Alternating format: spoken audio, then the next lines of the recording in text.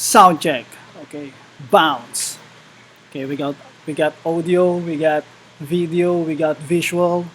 Welcome to Soul of the Market. We are now live on 7 continents across the globe. We are now live on all platforms on iPhone, iPad, Kindle, Chromecast, Nook, whatever. All right. So, we are now live for our Friday post-market review. All right. I was a little bit late, but never mind.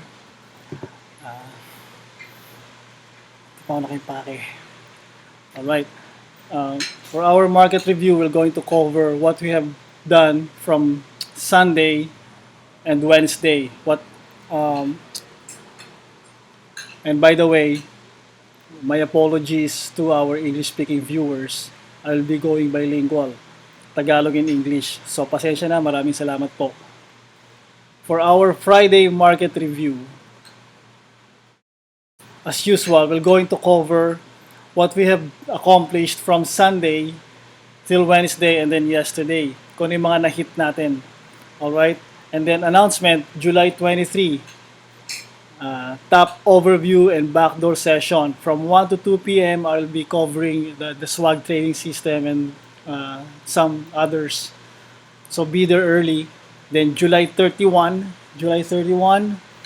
another session of the swag sabak, probably at Timberland or La Mesa Dam. So get your bikes ready, get your mountain bikes ready. Okay, so I don't think you can bring a road bike on a trail. So that will be July 31. Between 23 and 31, I don't know what's going on, but we're going to announce them as they come along. All right. So let me share my screen.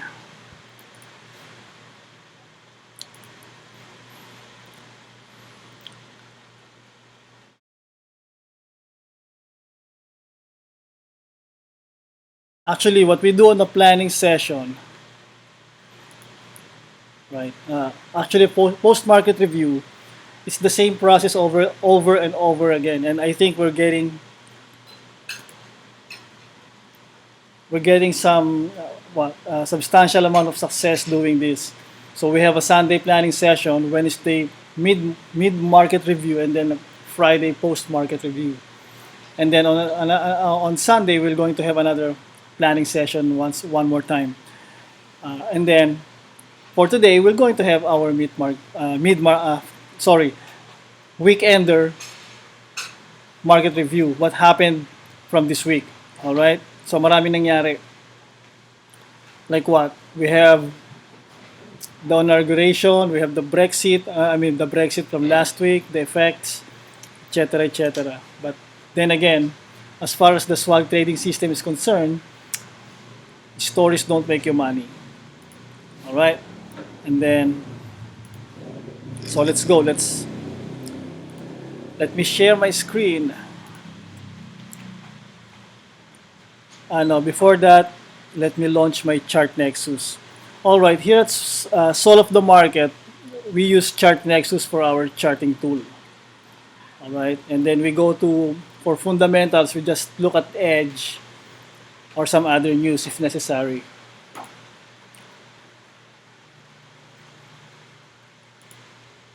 So, by the way,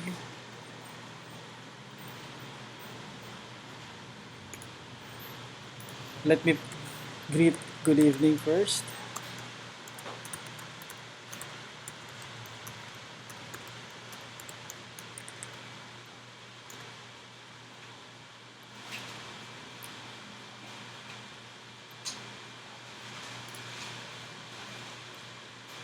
Yeah,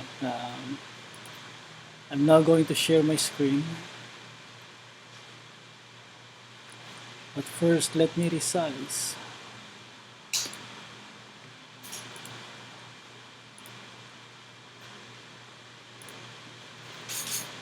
Yeah, all right. So I hope you can see my screen right now. I'm just updating our data from PSE. So in a few seconds, we're going to have our charts coming out.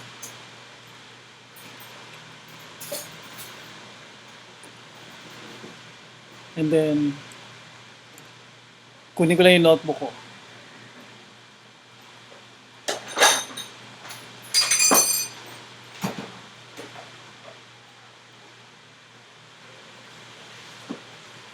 That is for our success stories.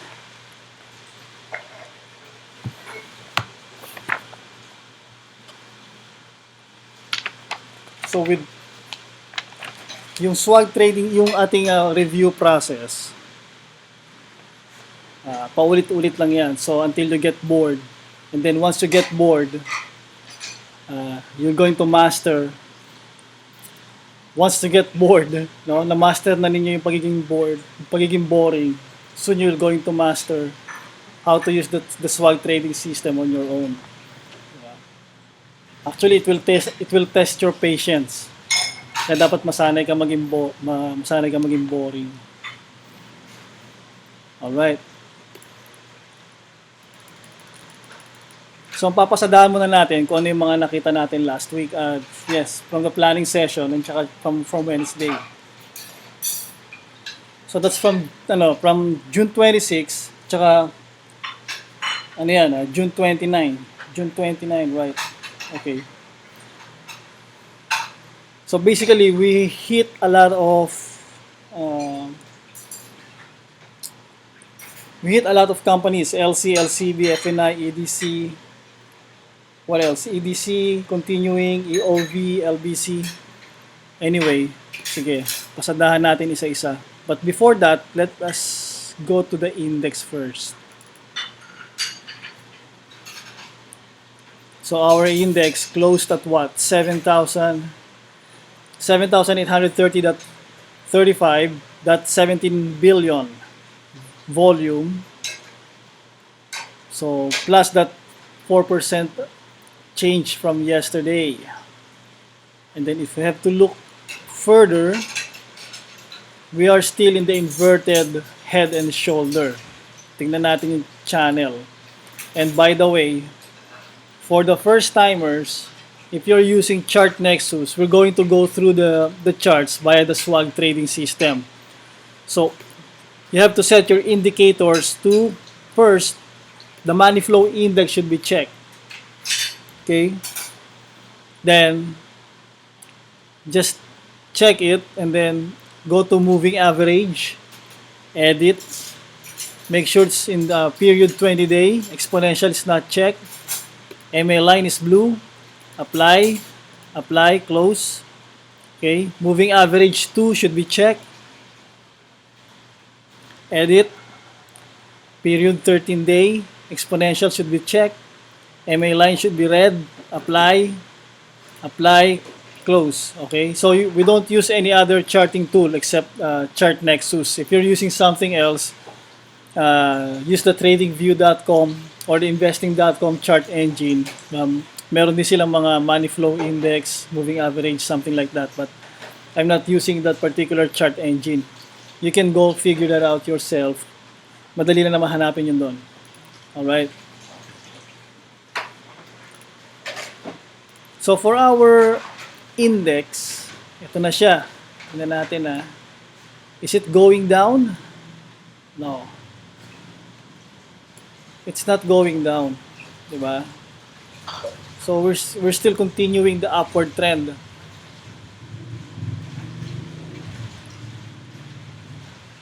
With what? Anong pattern na nakikita nyo dyan? Still, an inverted head and shoulder. So, kabaliktaran ng inverted head and shoulder is the head and shoulder. So, pag head and shoulder, textbook play or kaya textbook knowledge. If you're looking at a head and shoulder pattern, what's the next thing to happen? Di ba pababa yung pababa yung trend if it's a head and shoulder. Once the right shoulder has formed already, you have the continuous downward trend. So ano naman yung effect sa inverted head and shoulder? Simple lang, di ba? Common sense. Paakyat. Alright? So, we'll be probably hitting 7,800, 7,900, 8,000 Uh, looking at the pattern. All right, so that's the index. That's how basically that's how our market is represented this week. Okay. Now, let's go to our cheat sheet, yung cheat sheet natin last Sunday, tsaka yung natagdagan niya noon last Wednesday. Tignan natin kung may mga nasa pool. So hindi naman sa hindi naman sa pagbubuhat ng sariling bangko. Titingnan lang natin kung nasa pool talaga. Okay? So let's say MA, Manila Mining, still continuing to SMA 20 over EMA 13 pero nagpalit na ng no change at all. Okay? Pero last this week 13 and 14 naglaro. So kung sino naglalaro ng MA, tinamaan yan. Pero still SMA 20 over EMA 13 ongoing. If you want to buy that stock, it's up to you. All right? MAB, SMA 20, MA 13 still ongoing.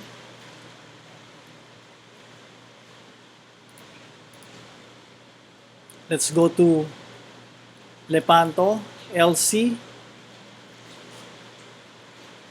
Zoom natin si LC. LC is what? What do you see in LC as far as the textbooks are concerned? Tingnan natin si LC. Drawing.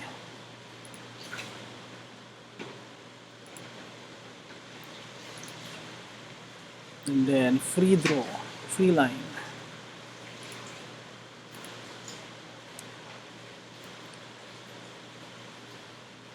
So you got a tightening triangle, descending triangle, and it's tightening.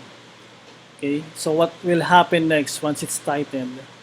No? Makakita ka ng paru-paro. Anyway, that's not my style. Let's remove it. That's not the swag way of doing things. Sa swag, mabilis lang. You don't, pag kasi mag-drawing ka ng triangle, matatagal lang ka mag-isip. Okay? Although nakita mo na it's a descending triangle, what comes next will be something like the reverse of the descending triangle. Diba? So right now, LC, SMA 20 over MA 13. No? Nakita natin siya last Sunday. That was June 26. So by June 27, na-hit na kagad siya. Okay? And it went down. Gaya ng tinignan natin sa last Wednesday. And then, SMA 20, EMA 13, yung swag still continued to go further. Pa siya, bumuka pa yung blue line at saka yung red line. Which means this is still in a buy signal, still in a buy pattern. Okay? Pero kung mahilig kayo sa triangle, mahilig kayo sa pendant, kahit hindi ko tignan yung triangle, you know what will going to happen next, di ba? And then besides, stories will come later on. Once the trend is established, the news will be published. Okay? So ganun yun. It's always like that. Once the trend is established, the news will be published. So nauuna muna yung price action, nauuna muna yung SMA 20, MA 13, bago lumabas yung mga press release, bago lumabas yung mga istorya. Alright? This is why stories don't make you money. Price action does. Okay? Then, let's look at AR. Minor hit lang yung Lepanto. AR, SMA 20 over MA 13, so ganun pa rin. If you're here, ipit ka rito habang buhay, bahala ka mag-cut loss kung gusto mo. Okay? Then,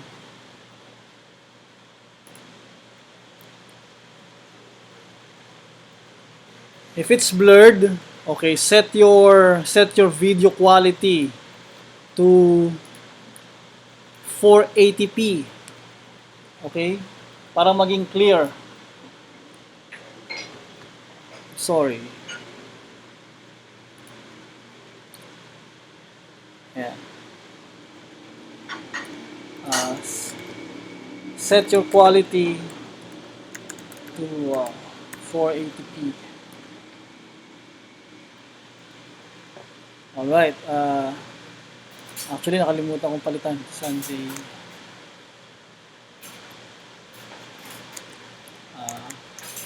Weekender. Sorry. Weekender market review.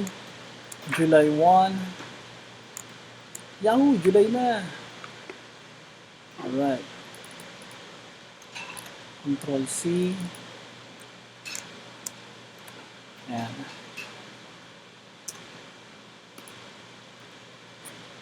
Alright.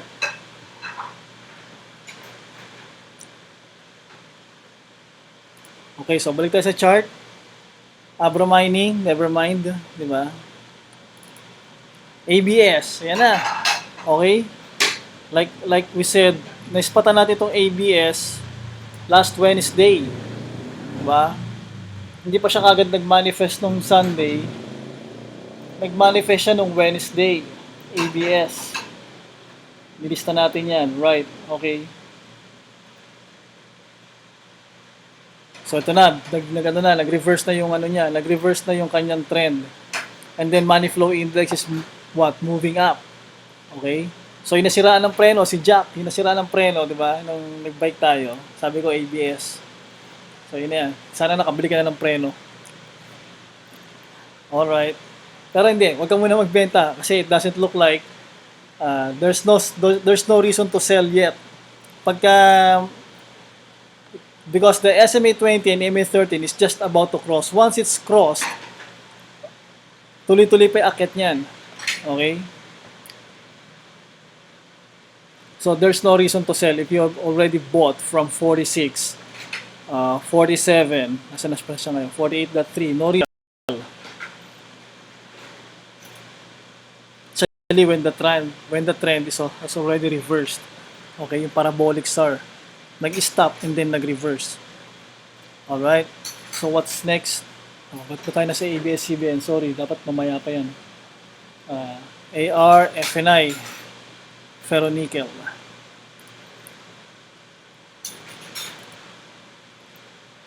Ferronickel Asia. FNI, ferronickel Asia. Ferronickel lang pala, global ferronickel. SMA 20 over MA 13, as you can see from the chart, di ba? Still ongoing. Okay? So still a buy pattern, buy signal, no? Ayun ang ano niya, ayun ang sinasabi niya. Although the volume is pretty low, baka walang may gusto magbenta.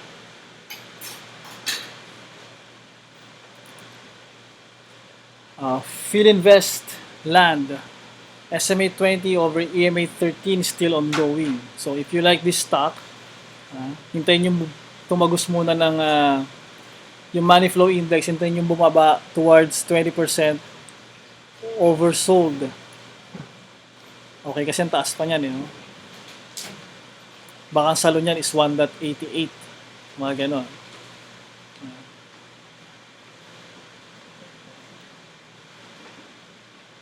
Then, what else? LCB. LCB, yung takbo ng LC tsaka LCB, pareho lang. Okay, SMA 20 over EMA 13. Do I have audio? I got audio. Alright.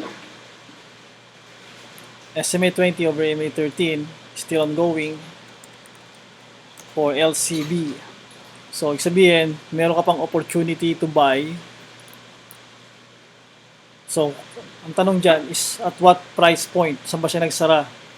To the 255. Okay, so hindi masama yung close niya.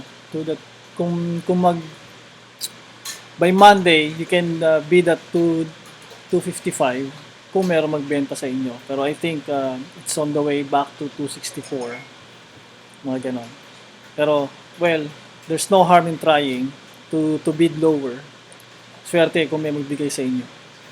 Alright. Then we have EDC. Okay, did we hit EDC?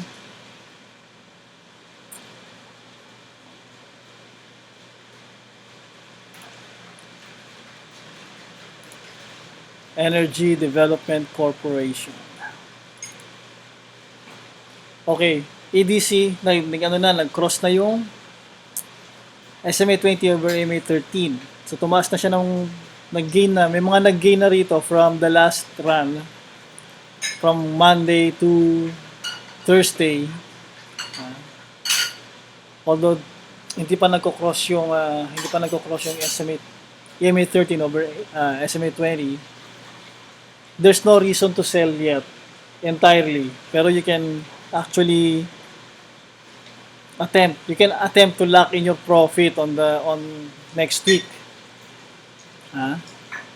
Kasi pwedeng biglang mag-cross yan, tuloy-tuloy yung pababa.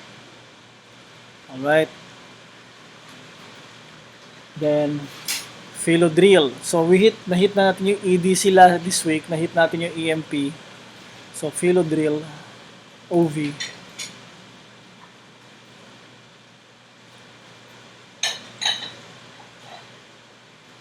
Element of it.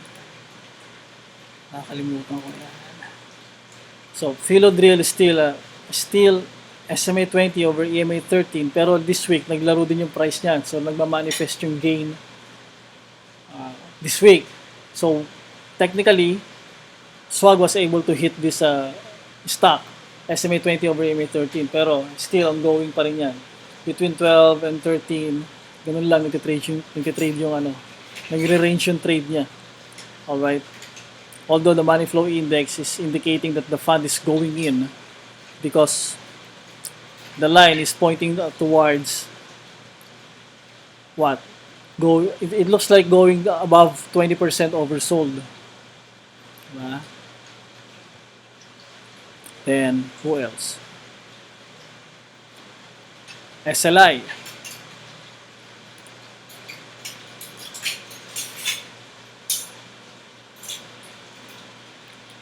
Santa Lucia. Where's that? Ayan. Santa Lucia, malapit na to yo. Tumaas na yung money flow index. So we basically hit Santa Lucia, nag-cross na yung swag, although it's only 1.1%. Ng mga kumita lang dito, yung mga may volume. From when? From here. April 27. Kasi isama mo yung April 27 transactions, yung mga volume dito, until here. Malaki-laki yan, yung sumasalo niyan, malaki na naipon yan. Okay?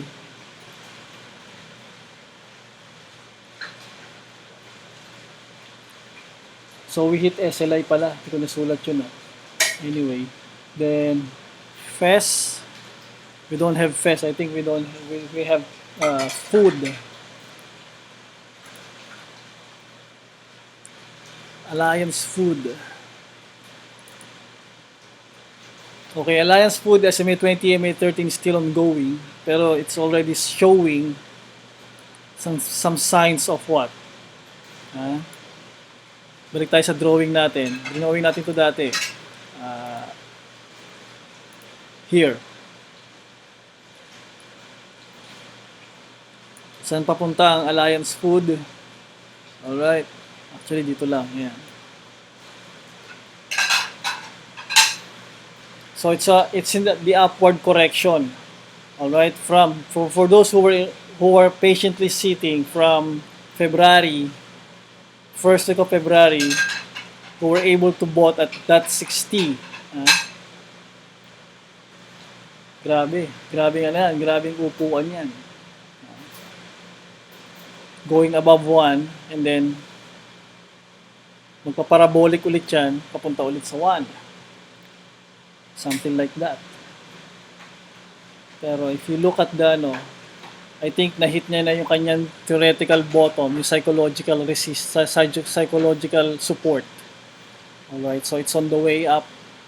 That's Alliance Food. So matagal na upuan yan, hindi yan katulad ng ibang mid-cap na pwedeng chupita. NRCP.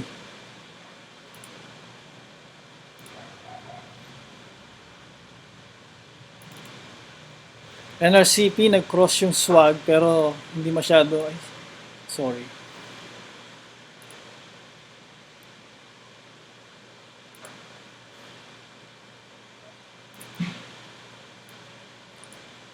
Hindi nag-cross, sorry, nag-bounce, hindi tumuloy. No wonder. Tuloy-tuloy ang baba niya. So nangyayari yan sa swag. So again, I'm going to tell you, swag trading system is not a perfect system. It's not even a holy grail per se.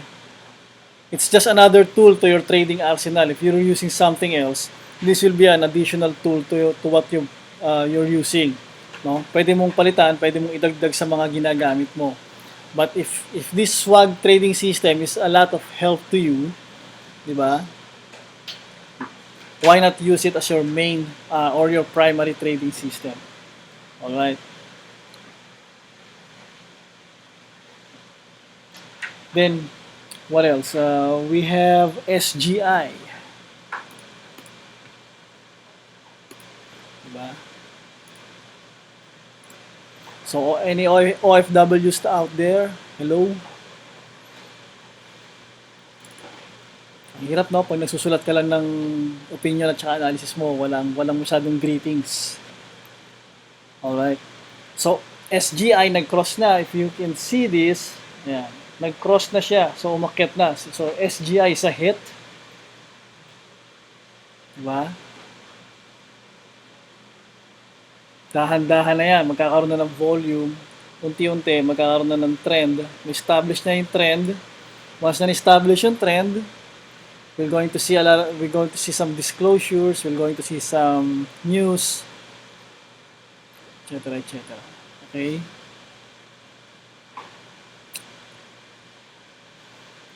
Ang saya, no? Napaka-boring na swag. SMC to G.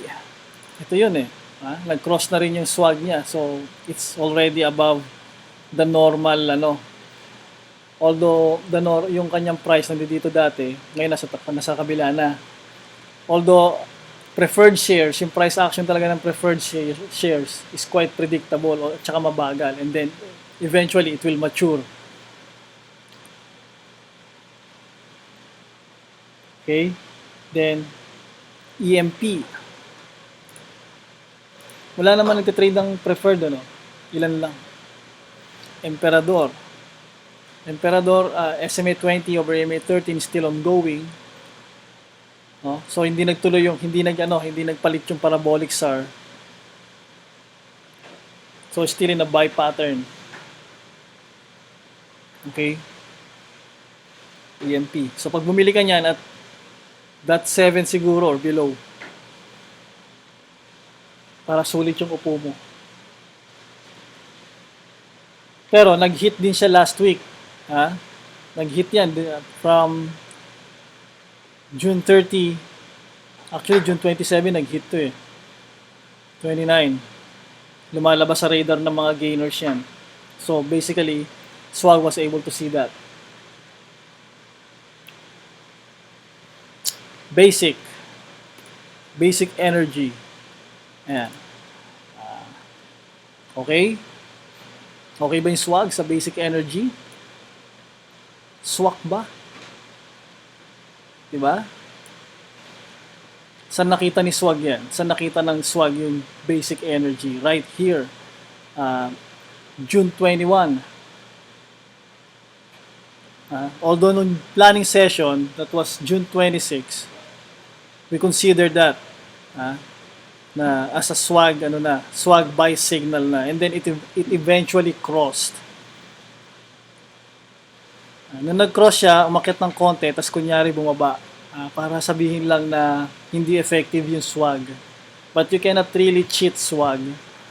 You cannot really, kahit sinong manipulator na may pondo, hindi mo pwedeng kontrahin yung swag. Uulitin ko, fund managers, or whoever operators, if you try to beat swag, you're going to lose money and you're going to lose a lot. Okay?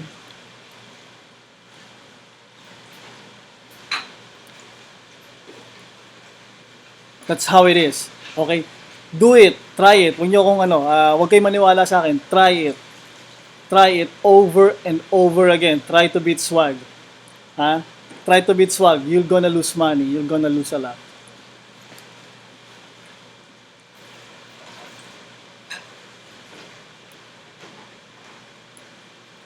Alright, so nag-hit yung ano, money flow index went up all the way to 80% above overbought, di ba? Tinitik talaga si basic. Hindi talaga may iwasan yung swag eh. Alright. Bakay.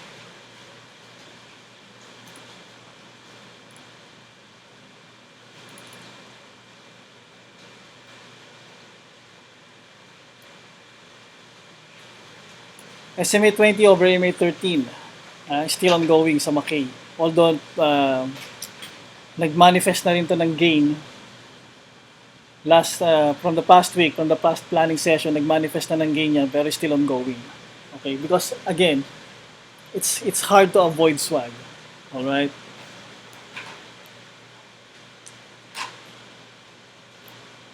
Then, we have PHN. PHN, kanina lang to eh. Eventually lumabas. Sa nasabi lang na iba, lahat naman talaga yung stocks, aangat at aangat yan. Okay? So, ang tanong, alin doon ang mauuna, alin doon ang mahuhuli?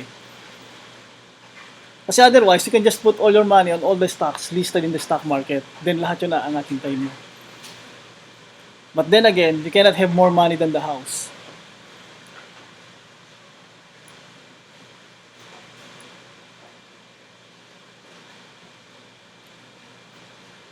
Si PHN, kalimutan ko na lang ang pangalan. Pangalan ni PHN.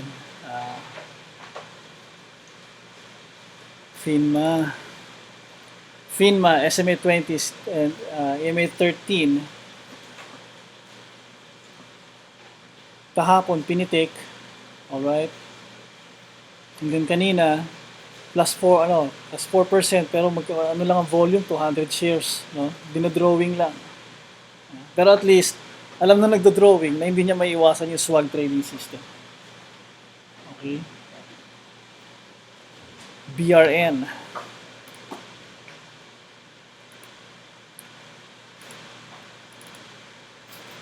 BRN.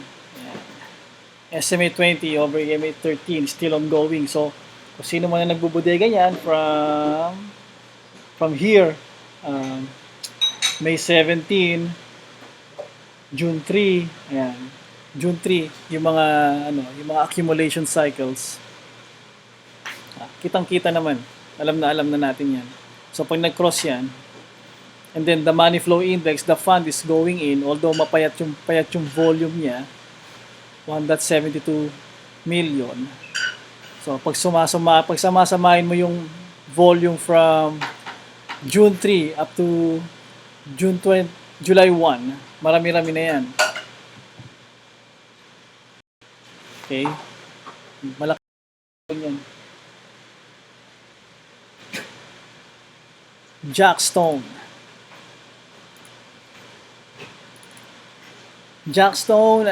SMA 20 over MA 13. Isum up nyo rin yung volume from here, from May 19. Actually, no. Not May 19. May 25. Nakita na yan. Si Jazz. So may na yan. May nakaposisyon na dyan kay Jazz. Makisabay na lang. And then GMAP.